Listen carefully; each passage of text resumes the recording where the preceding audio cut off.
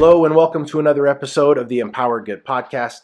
I'm your host Dave, and today we're talking about the BRRRR strategy. You should Google it. You should look it up on YouTube. There are so many great resources. I'm going to give you a cursory overview, and I hope that you get out there and find a great deal, BRRRR it out, and then keep going. So what does it stand for? There's one B and there's four R's. Buy, that's your first one. You got to find a property that's distressed, that has a high after repair value, but that's going to bring you into a pretty distressed property. So you're going to buy a property with excellent ARV that needs a ton of work. Next, you're going to rehab that property. So you're going to rehab it. You're going to put in new water heaters, new furnaces, new flooring, new kitchen cabinets, new tile backsplash, new tile showers. You're going to do all of the repairs that give you the highest return on investment, the greatest ARV, but you're going to spend as little as possible to get there. What do I mean by that? Well, you're going to get a great ARV for having a tiled shower over a plastic insert on your shower. But do you necessarily get a greater return for having marble subway over a plain white subway?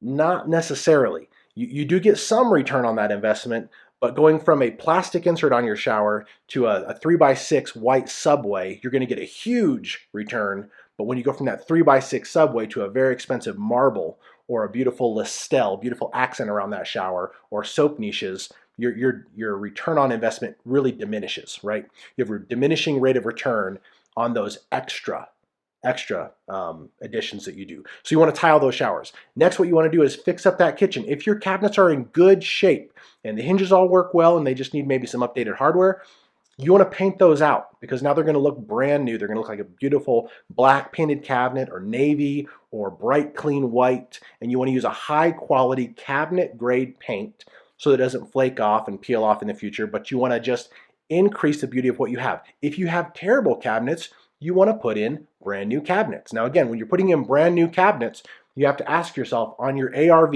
on your valuation of the property, you're going to get a huge bump from going from no cabinets or junk cabinets to a clean brand new cabinet. But your diminishing rate of return comes in once I've bought a decent base grade, or medium grade cabinet. But if I go into like a hickory or a mahogany, it would cost me double or three times that amount, I'm not really going to get that much more ARV out of that high-end cabinet over just a beautiful, clean-looking, maybe a flat-pack cabinetry that you assembled yourself, or something that was modestly entry-level that you put a beautiful hardware on and things like that, right? Next is going to be your countertops. You want to put at least you want to get in there with a base-grade quartz if your market will support it. If any of your comparables have quartz or granite, you want to get into that base-grade quartz or granite, right? If your comparables are all laminate, you want to do a beautiful brand new laminate because again, your comparables are going to be your ARV. And if you overbuild your renovation here, if you overbuild it, you're just going to lose money, diminishing rate of returns. So again, look at your comparables, look at who your competition is, and what you want to do is you want to just beat your competition so that you get the highest appraisal possible. What you don't want to do is absolutely crush your competition so that you have a diminishing rate of return and you never get back all that money that you put into it. So quartz, granite, or laminate, look at your comparables, just beat them, don't crush them, right? So you get the point. You're going to do a beautiful remodel and you're going to do it appropriate to what your comparables in the area already are. Next thing you're going to do is you're going to rent this thing out, right? You're going to come right at market rate. You're going to look at what market rate is. And if your market is coming up, if you're gentrifying, you want to push the envelope just a little bit, especially if you have the best product on the street. If you've got the best product on the street or the best product in the neighborhood, as we've done many times, you want to push the envelope on that rent. You want to eke out an extra 25 or an extra 50 bucks in the monthly rent because other investors are going to see that and they're going to see, oh, hey, such and such company over here, they're pushing rent by 50 bucks. We can go invest in that neighborhood. We can clean up the next 2 or 3 houses. We can build on that empty lot, and we can also bring that neighborhood up. We can bring the comparables up. We can bring everything up. So you want to make sure that you're bringing up a neighborhood that's already moving in that direction. If you're in a neighborhood that's topped out and things are really not increasing that much, you want to come in just below market rate, right? So that you can secure a long-term tenant. You can get a 5 or a 10-year lease on a great tenant. And you're coming right below, and you're gonna sustain. But you got to pay attention to your market. But you got to rent that thing out. Now, if you've got it renovated and rented, you're going to go to the bank and you're going to refinance it. Now's the time when you're going to check your math. did I make a good decision or did I not make a good decision? Now I'm going to use round numbers. Let's pretend like it's 2010, okay? Because the numbers that I'm going to use are just not realistic for today, but it's easy math in most of our heads. So let's say that you find a house that has an ARV, an after repair value of $100,000. Okay, you're going to jump into that house and you're going to get it for 40 grand. It's the ugliest house on the street. There's bars on the windows. The windows are, a lot of them are cracked out. There's plywood on several of them. You're going to go into the house. You're going to snatch it up for 40 grand cash. Maybe this is a home equity loan that you've taken out on your personal property. Maybe it's equity on a different rental that you've got. Maybe it's family members investing with you, but you're going to find out how to get that money. You're going to secure that property at a low rate. Now, because it's so distressed, because you need to repair some of the roof, because you need to do all the windows, you need to restucco the entire thing, you need to put in new flooring, you're repairing or replacing your cabinets, new countertops, tile showers, the works, you have a very expensive remodel. So you're gonna do this thing for like 30 grand, right? So you bought it for 40, and now you're putting almost the same exact amount into the remodel. And you can extrapolate these numbers out, right? If you're in California, great. So you bought the house for $400,000. You're going to put $300,000 into it, right? Okay. Make the numbers work for your market. But you buy the house for 40. You put 30 into it. Now you're into it for 70 grand, and your ARV is 100,000.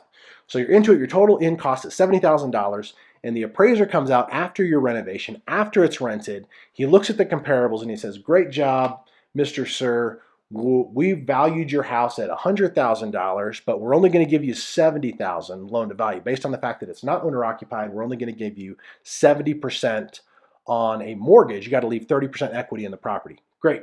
So you go there, you sign your paperwork, you get $70,000 cash back, right? So you put $70,000 of capital into the property, or for those of you in California, you put $700,000 of capital into the property. The bank says, "Great job, we're going to give you 70% back." You get back $70,000 or $700,000 back in cash in the form of a mortgage. Now, a lot of you are freaking out right now because you're saying, "I don't want a $70,000 mortgage," or "I don't want a $700,000 mortgage." This is where you have to change your mindset. You, as the investor, do not have a $70,000 mortgage. You, as the investor, do not have a $700,000 mortgage. You, as an investor, have 30% equity in a cash flowing, appreciable asset. Your tenant has the burden of the $70,000 or the $700,000 mortgage, and they're doing a wonderful thing for you.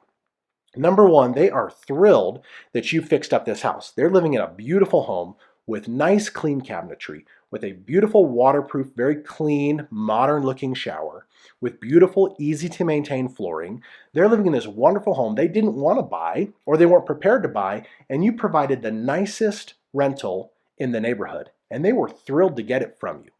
Now what they're doing for you is they're paying down your principal and your interest on that loan that the bank gave you. So your tenant is paying down this mortgage. Your tenant has a mortgage. And on top of the mortgage, you might be earning another $150 or $200 in cash flow every single month for being the person who is willing to go out there, secure the asset, clean it up, refinance it, tenant it, and move on. So now you're earning cash flow while your tenant is caring for your mortgage. And this is where a lot of people want to throw fits and get in fights and maybe throw shade on the real estate industry that tenants are the ones paying these mortgages. Well, tenants weren't the one who secured the asset. Tenants weren't the one who cleaned the asset. Tenants weren't the ones who remodeled the asset. Tenants weren't the one who refinanced the asset. And tenants aren't the one going down the street to repeat the process. Now that we have $70,000, we have our capital back.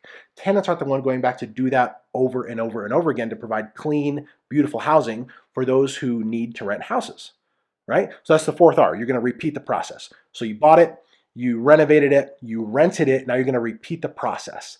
And if you do your numbers really, really good, you get back 100% or a little more than 100% of your capital every single time you do this. As markets get tight, as things expand, you might not get back 100% of your principal, which is okay. Now you look at how much money do I have in the deal. You look at the equity that you left in the deal, right, which is great. That's money in your pocket. And then you look at the expense or the capital that you left in the deal. And that's how you calculate your cash on cash returns or your internal rate of return, all of these different things based on how much capital you left in the deal. It's not a bad thing to leave some money in the deal.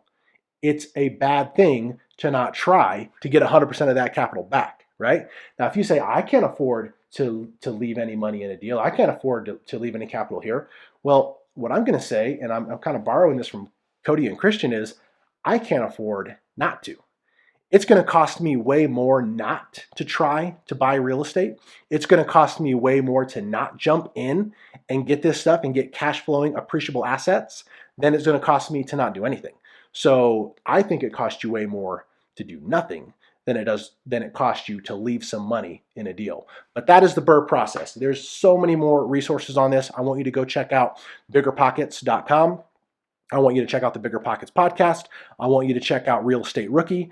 And I want you to educate yourself on this process and start looking for those ugly, broken down houses on the street. If there's an ugly, broken down house on your street that you're annoyed at because your valuation of your home is low because that ugly house, man, leverage your equity, buy it, fix it up, get a high appraisal on it, let everybody on the street's value go up while you cash in on that rental income. All right? So that's a BRRRR. I'm glad you guys are here. Thanks for joining this episode. I want you to share this episode with those you know who want to invest in real estate, and I'd love to see you on the next episode. Thanks.